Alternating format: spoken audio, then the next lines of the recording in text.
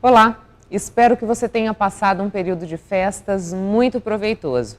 Hoje retomamos com mais um Papo com ela inédito e vamos falar sobre o autismo. Somente no Brasil, a Organização Mundial de Saúde estima existirem 2 milhões de pessoas vivendo com um transtorno do espectro autista. Uma em cada 160 crianças é portadora do autismo. Embora traga algum tipo de dificuldade, temos exemplos belíssimos da vitória de autistas em Mato Grosso. E um deles é o Enan Rezende, que no ano passado conseguiu se formar em medicina, contrariando o parecer de uma professora que havia dito que ele nunca conseguiria sequer ser alfabetizado. E para entender mais sobre o transtorno do espectro autista, é que recebo a presidente da Associação de Amigos do Autismo do Estado de Mato Grosso, a Kelly Veiga. Mas antes, nós vamos conferir a reportagem feita por Fernanda Trindade. Conviver com uma pessoa que tem autismo é cada vez mais comum. De acordo com a Organização Mundial da Saúde, uma em cada 160 crianças tem transtorno do espectro autista. Primeiramente, foi visto que o espectro autista ele é meio maior do que se achava antes.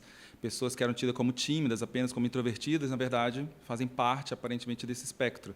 Tanto que o nome correto da doença é transtorno do espectro autista, que é um espectro muito amplo. Então, o que se viu hoje é que o diagnóstico aumentou, mesmo porque foram criadas novas ferramentas, novos questionários, novas abordagens, que aumentou o diagnóstico. Apesar dele ainda ser de difícil realização, mas a gente conseguiu aumentar bastante o diagnóstico do autismo. No Brasil, a estimativa é que uma em cada 68 crianças tem autismo. O diagnóstico, às vezes, é difícil e o tratamento também. Mas as novas pesquisas mostram que os autistas podem levar uma vida praticamente normal ao lado da família. A gente monta uma estrutura, né, que a gente fala que é um ambiente facilitador, que tem espelho, que vai facilitar o contato visual.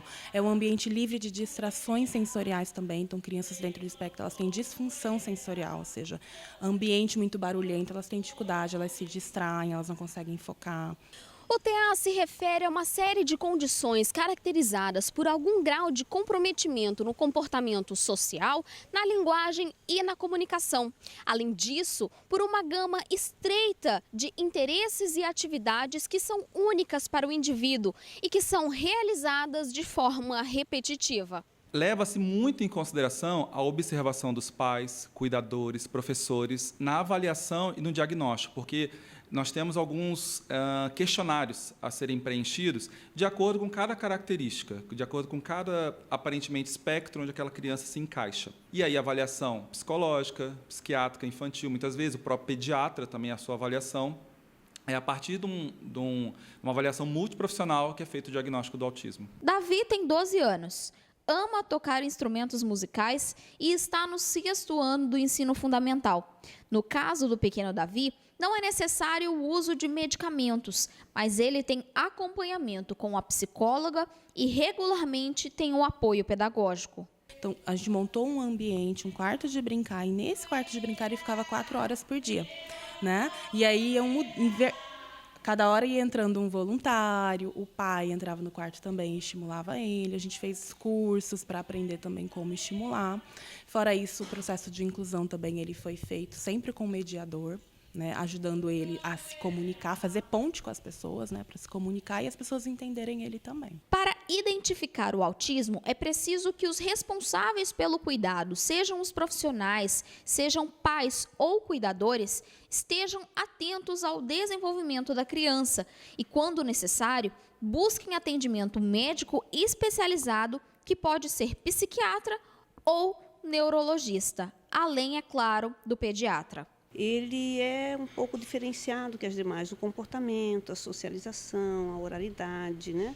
Na organização do brinquedo, no foco, enfim, são várias especificidades, né, diferenciadas das demais. O espectro autista ele pode manifestar sintomas desde o nascimento, como também pode demorar em torno de 12 meses, né? Quer dizer, 1 ano a 2 anos para a pessoa manifestar os sintomas clássicos.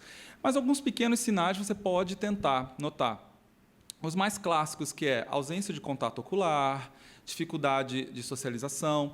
Na criança menorzinha, a ausência daquele que a gente chama sorriso social, aquela brincadeirinha, a criança dá aquele sorrisinho, você mexe com ela, ela sorri. Algumas crianças com 6 meses ou até menos já manifestam isso, essa ausência desse sorriso. Irritabilidade excessiva também, tá? Agitação excessiva também podem fazer parte. A dificuldade de concentração ou concentração excessiva em determinada atividade, em determinado brinquedo, determinado objeto. Então, eu acho que assim, por que eu falo esses principais? Porque quanto antes você identificar, mais é o melhor para a criança. A intervenção precoce hoje em dia foi vista como tratamento ouro para o autismo, para que muda o prognóstico de vida da criança. Até quase 2 anos de idade, Lucas era uma criança como todas as outras, que sua mãe, Vanessa, conhecia.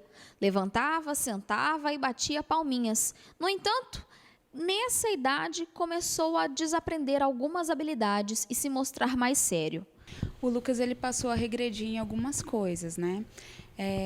Ele já falava algumas palavras, teve um desenvolvimento normal, ele imitava gente em tudo, mas de repente ele parou de fazer isso. E eu notei que quando a gente chamava o nome dele, ele não atendia, né? Você podia chamar Lucas 10 vezes, ele não atendia.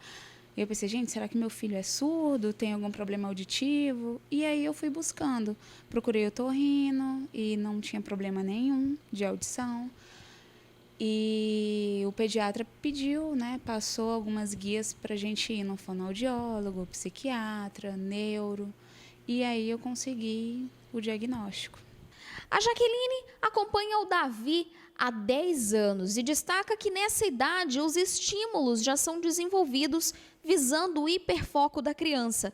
A psicóloga ainda explica que esse hiperfoco é uma forma intensa de concentração em um mesmo tema, tópico ou tarefa, e que em pessoas que têm o TEA, por consequência, tendem a se aprofundar na temática. A gente já está trabalhando com ele, entrando mais para a parte de talentos, né? Então, pessoas dentro do espectro do autismo, pelo processamento que elas têm, elas tendem a ter hiperfocos, ou seja, elas gostam de determinadas áreas. Na idade que ele está, indo para os 13 anos, a gente começa a aproveitar os hiperfocos dele para ir para a profissionalização já. Então, como a gente sabe que ele gosta de música, ele faz música, ele já demonstra gostar de bateria, então ele toca bateria, né? Então ele já fez natação também, então a gente começa a fazer testes para ver o que ele é muito bom e a gente pode focar agora. Não existem 2 crianças com autismo que sejam iguais, por isso o termo espectro autista.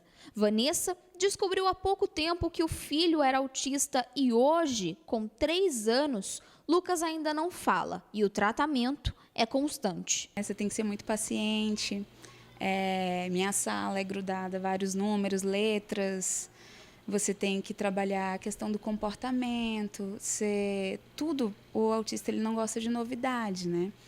Então, tudo que você vai fazer, você tem que demonstrar, né? Se você vai passear para algum canto, ou se você vai levar a cachorrinha lá embaixo, você já tem que ir... Sim, tudo você tem que ir apresentando antes, porque senão ele acaba assim, tendo uma aversão àquilo. É uma rotina bem complicada, mas a gente consegue. A gente tem vários métodos de tratamento de pessoas com autismo, mas eu costumo falar que não existe certo nem errado. Existem métodos que a família consegue aplicar, porque não adianta ter vários profissionais, fono, psicólogo, TO, trabalhando com a criança, e o pai não está sabendo o que está sendo feito. O pai não consegue dar continuidade, né? Então, tem até uma pesquisa que eu gosto de compartilhar com os pais, né? Que é uma pesquisa que ela comprovou que um grupo de crianças recebendo intervenção com profissionais e um outro grupo de crianças recebendo intervenções dos pais, 24 horas por dia, dia a dia, pais treinados. Essas crianças que receberam intervenção dos pais treinados, conseguiram evoluir mais do que aquelas crianças que receberam intervenção somente de profissionais, né? Então, faz total diferença o empenho e engajamento da família no tratamento. Conseguem ler, conseguem interpretar, conseguem compreender, né? Consegue esse letramento, não só a leitura, como esse letramento da vida, né? Alegria, alegria, oh, oh, oh, oh, oh, oh.